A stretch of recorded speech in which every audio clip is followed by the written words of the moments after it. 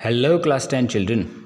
तो बच्चों, इस वीडियो में हम आपकी हिस्ट्री का चैप्टर 1 जो है, जिसका नाम है rise of nationalism in Europe, इस चैप्टर में ये वाला पार्ट पढ़ेंगे जिसका नाम है making of nationalism in Europe. तो ये हम पढ़ने वाले हैं। एक बार ज़रा नज़र मार लेते हैं कि हम अपनी पिछली वीडियोज़ में क्या पढ़ चुके हैं।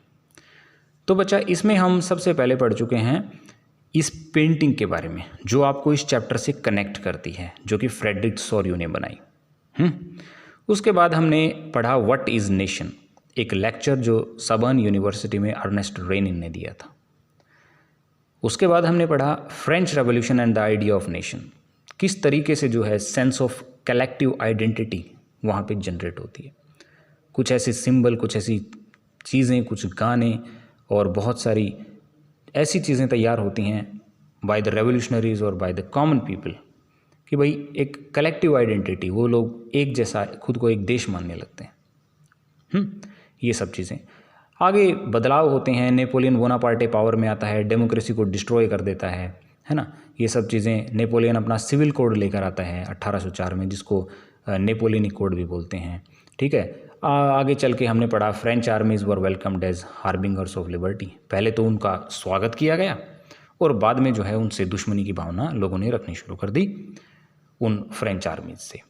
तो ये सारा जो उथल पुथल चल रहा है ना, एक बार जो है वो लोग इक्वालिटी लेके आ रहे हैं, फ्रांस में क्रांति कर रहे हैं, ऐसे सिंबल बनाते हैं, पूरा देश जो है एकजुट होता है।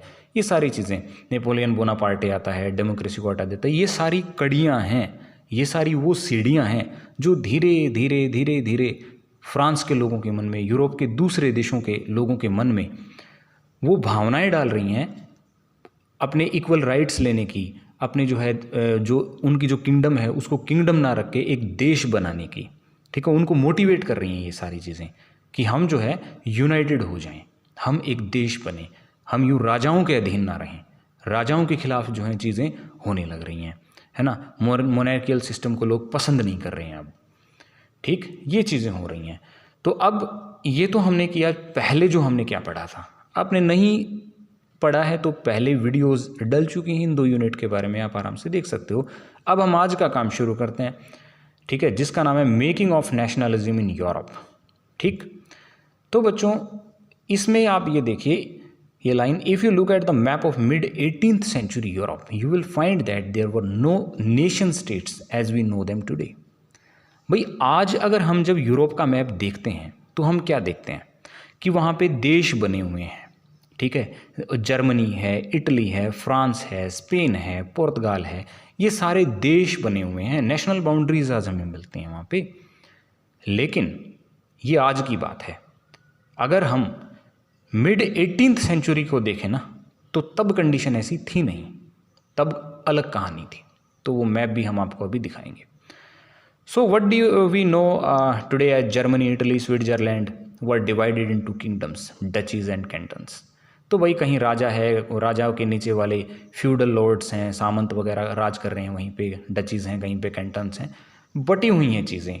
आप ज़रा याद करो मेडिवल इंडिया को, अंग्रेज़ों से पहले जब के भारत को, और उस टाइम पे भी, तो भारत को यहाँ पे हम एक देश नहीं कह सकते। वहाँ पे कंडीशन क्या थी, राजपूतों का अलग इलाका है, मुगलों का अपना अलग इलाका है, मराठों का अपना अलग एरिया है, सिखों का अपना अलग एरिया है। जहाँ जहाँ वो राज कर रहे हैं वो उनका देश है। कुछ कुछ ऐसा ही यूरोप में है। तो अलग अलग किंगडम्स हैं वहाँ पे। ठीक, वो देश नहीं बने हैं, वो राजशाहियाँ राज कर रही हैं वहाँ पे। अब आप इस मैप को देखो बच्चों, यहाँ पे आपको हर जगह आपको किंगडम ही किंगडम नज़र आएगा। कहीं पे पढ़ के देख लो आप, देखो आप किंगडम ऑफ ग्रेट ब्रिटेन देख लो and Ireland, kingdom of Spain हो गया, ठीक है, किंगडम ऑफ फ्रांस हो गया। ये वही जो बर्बन डायनेस्टी का राजा आपने पढ़ा था पिछली बार, लुई 16 वो राज कर रहा है। ठीक है, उसके बाद ये आप ये देखो होली रोमन एम्पायर का भी कुछ हिस्सा है। किंगडम ऑफ हंगरी हो गया, ठीक है, किंगडम ऑफ 2 सिसिलीज हो गया, इधर इटली के साउथ में देखो। ठीक है, किंगडम ऑफ डेनमार्क हो गया, और ये सब किंगडम ऑफ स्वीडन है, किंगडम ऑफ पोलैंड है, रशियन एम्पायर है, इस तरीके से ओटोमन एम्पायर है। ये सब क्या है भैया, ये राजशाहियाँ हैं। ठीक है, ये देश नहीं बने हैं, बड़े बड़े राजाओं के अधीन हैं यहाँ के लोग। समझ में आई बात। ये है मामला। तो नेशनलिज्म इन यूरोप जब हम पढ़ रहे हैं तो ये लोग जो है ना, जो अलग अलग राजाओं के अधीन हैं, उनके दिमाग में ये बात आएगी अलग अलग घटनाओं से कि भाई हमें एक देश बनना है, राजाओं को हटाना है, एक ऐसी सरकार बनानी है जो हमारी अपनी हो, ठीक, जिसमें हमारी आवाज़ का कोई महत्व हो, उसकी कोई वैल्यू हो, ठीक, ये बात। तो धीरे धीरे ये चीज़ें डेवलप होती हैं। अब एक एग्जाम्पल देखते हैं बच्चों हैब्सबर्ग एम्पायर का। तो इस मैप में ये देख लो आप, हैब्सबर्ग एम्पायर की लोकेशन यहाँ पे, ये है आपका हैब्सबर्ग एम्पायर। और इसमें कंडीशन आप देखो क्या है। So Habsburg empire that was ruled by Austria Hungary, है ना, ऑस्ट्रिया हंगरी वहाँ पे रूल करता था। For example patch work of many different region and people, बहुत सारे एरियाज उसमें थे, तरह तरह के लोग उसमें रहते थे। तो इंक्लूडेड एल्पाइन रीजन्स, टायरोल है, ऑस्ट्रिया एंड द सुडेटेनलैंड है, ठीक है, एज वेल एज बोहेमिया, है ना। तो ये टायरोल के एरियाज़ हैं, ऑस्ट्रिया के एरियाज़ हैं, सुडेटेनलैंड, बोहेमिया, ये सारे अलग अलग एरियाज़ इसमें शामिल हैं, ठीक। और इन एरियाज़ में जो लोग हैं, जो एरिस्टोक्रेसी, समझते हो ना, एरिस्टोक्रेसी समाज का सबसे ऊंचा तबका, एरिस्टोक्रेट्स जो होते हैं, जो शासन करते हैं समाज पे। तो एरिस्टोक्रेसी जो है ना वॉज प्रीडोमिनेटली जर्मन स्पीकिंग। तो वहाँ का जो एरिस्टोक्रेटिक जो सोसाइटी है, समाज का जो सबसे ऊंचा तबका है, वो लोग जर्मन भाषा बोलते हैं इन एरियाज़ में। तो आप यहाँ लिंग्वल डाइवर्सिटी पाएंगे हैब्सबर्ग एम्पायर में। दूसरे पॉइंट में आप देखिए, it also included the Italian speaking provinces of Lombardy and Venetia. यहाँ पे कुछ एरियाज़ हैं, दो एरिया का नाम दिया है, एक लोम्बार्डी है, एक वेनेशिया है। यहाँ पे इटालियन बोलते हैं हैब्सबर्ग एम्पायर के अंदर ही।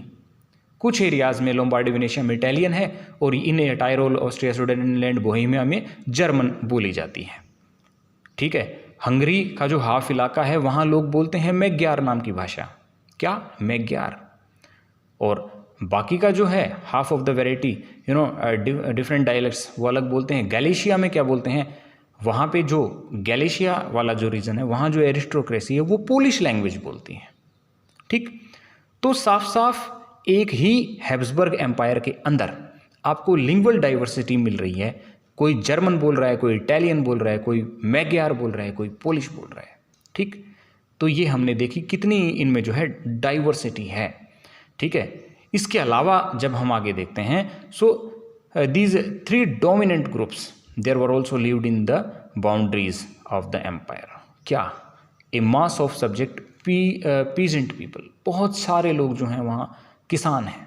तो देखो यहाँ पे बोहेमियंस हैं, स्लोवैक्स टू द नॉर्थ, बोहेमिया वाले लोग हैं, स्लोवाक लोग हैं, जो है स्लोवेंस इन कैरेलोना है, स्लोवेनीज पीपल हैं, क्रोएट्स हैं साउथ में, Roumans to the east of Transylvania, और राउमन्स लोग रह रहे हैं। तो ये बोहेमियंस हैं, स्लोवाक हैं, स्लोवेंस हैं, क्रोएट्स हैं, राउमन्स हैं, ये सब अलग अलग तरह के लोग हैं भाई, ठीक है। बहुत ज़्यादा डाइवर्सिटी है। तो इतना सब अलग अलग होने के बावजूद कोई चीज़ अगर लोगों को साथ बांध के रखती है तो वो एक ही चीज़ है। वो क्या है, वो है सेंस ऑफ पॉलिटिकल यूनिटी। ये किसके थ्रू होती है, the only tie binding these adverse groups together, these adverse नहीं diverse groups together was common allegiance to the emperor. तो कैसे ये लोग साथ रह पाते हैं जब इन सब में क्या होती है, common allegiance to the emperor. अब common allegiance to the emperor का मतलब क्या है, इसका मतलब है राजा के प्रति निष्ठा। एलिजियंस का मतलब निष्ठा, राजा के प्रति सम्मान रखते हैं, निष्ठा रखते हैं, एक राजा के अंडर उनको रहना है, निष्ठा भाव है, तो वो सब साथ रह सकते हैं, अदरवाइज नहीं, ठीक। तो इतनी सारी डाइवर्सिटी वहाँ पे यूरोपियन एरियाज़ में थी। ये तो सिर्फ एक ही एग्जाम्पल आपको पढ़ाया गया है हैब्सबर्ग एम्पायर का। अगर आप दूसरे एरियाज़ देखेंगे वहाँ भी बहुत ज़्यादा डाइवर्सिटी है, वहाँ भी लोगों की सोच अलग है, उनके एथनिक ग्रुप्स अलग हैं, उनकी भाषाएं अलग हैं। तो कैसे वो जो है नेशन स्टेट में इमर्ज होते हैं, कैसे वो नेशन स्टेट वो एरियाज़ बनते हैं, वो हमें देखना है। तो वो इवेंट हम पढ़ते रहेंगे और देखेंगे। हम अब थोड़ा सा जो है समाज में आते हैं, उनकी सोसाइटी कैसी थी, ठीक। तो क्योंकि समाज एक बेसिक यूनिट है किसी भी लैंड मास की, किसी भी एरिया की। समाज में जो उथल पुथल हो रही होती है ना, वो लोगों के मन में होती है। वो लोग जो हैं वो समाज का हिस्सा हैं, सोसाइटी में वो चीज़ें हो रही हैं और उसका ही असर वहाँ की गवर्नेंस पे पड़ता है, वहाँ की पूरी सोसाइटी पे पड़ता है, उस पूरे लैंड मास पे पड़ता है। तो सोसाइटी को पढ़ना बहुत ज़रूरी है। सोसाइटी में जो उथल पुथल हो रही है उसी से तो वो आगे देश बने हैं यूरोप में और हर जगह। ठीक है, तो देखो बच्चों, यहाँ पे पार्ट शुरू होता है the aristocracy and the new middle class. तो एरिस्टोक्रेसी क्या है?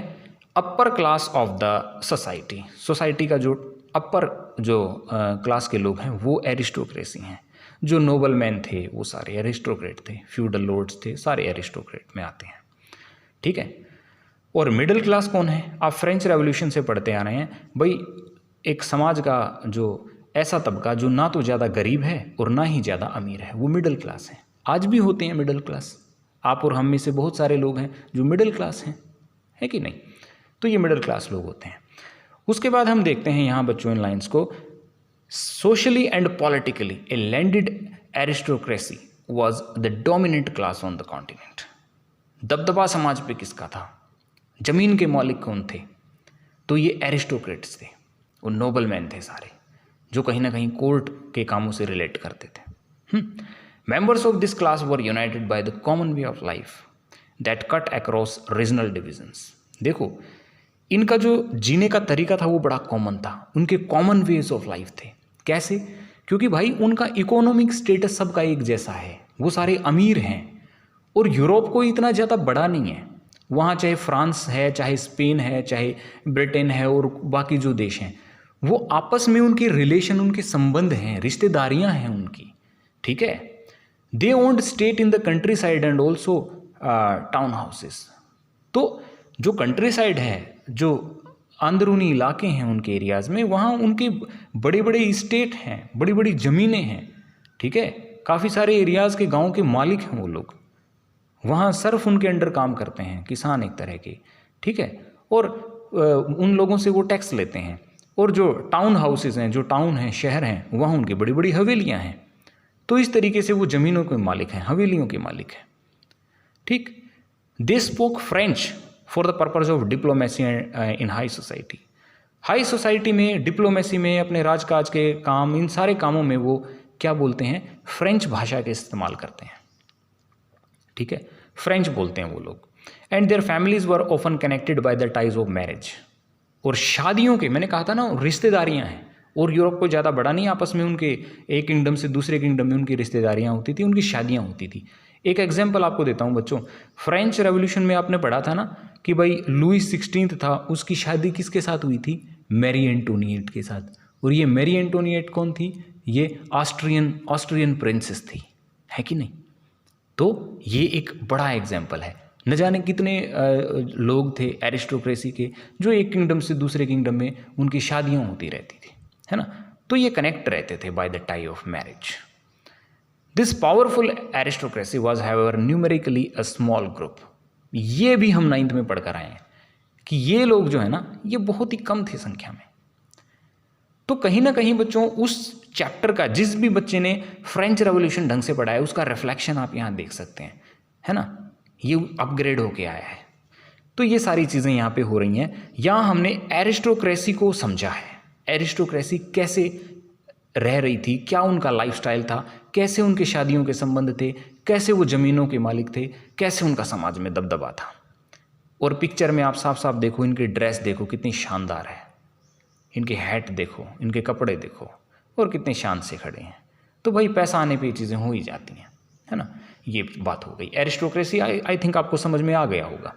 आगे बढ़ते हैं। Majority of population was made up of the peasantry. ये बात पक्की है बच्चों, ज़्यादातर जो समाज था ना, वो समाज का बड़ा हिस्सा वो किसानों से बना था। To the west the bulk of the land was farmed by tenants and small owners. छोटे छोटे किराएदार हैं, ज़मीनों पर किराए पे काम कर रहे हैं, स्मॉल ओनर्स हैं।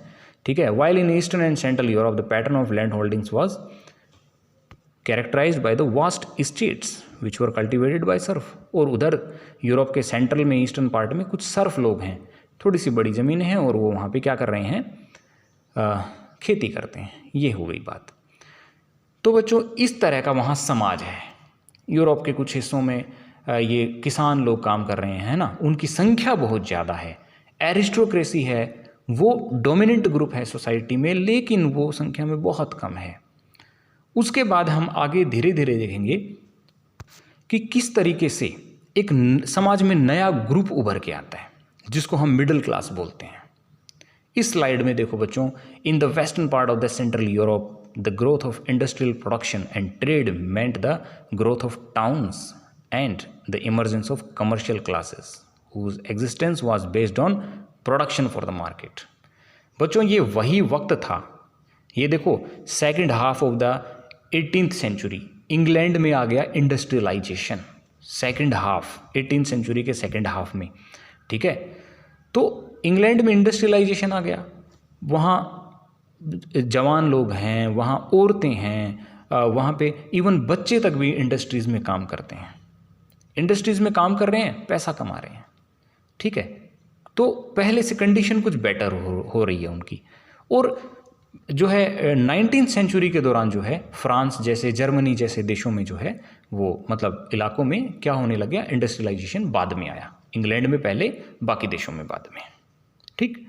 अब इंडस्ट्रियलाइजेशन की वजह से क्या होता है, इम्पैक्ट क्या पड़ता है। एक तो इम्पैक्ट ये पड़ता है कि लोग वहाँ काम करते हैं, ठीक है, काम करके वो एक उनकी यूनिटी सी बन जाती है, ठीक है, पैसा कमा पा रहे हैं, ठीक है। एक कमर्शियल क्लास जो है वो जनरेट हुई है, ठीक है, कुछ इंडस्ट्रियलिस्ट भी उनमें शामिल हैं। और बच्चों ये सारे लोग जो है मार्केट के लिए प्रोडक्शन कर रहे हैं, है ना। इंडस्ट्रियलाइजेशन हो रहा है तो साथ ही साथ अर्बनाइजेशन हो रहा है। ये दोनों चीज़ें एक ही सिक्के के दो पहलू हैं, साथ साथ चलती हैं।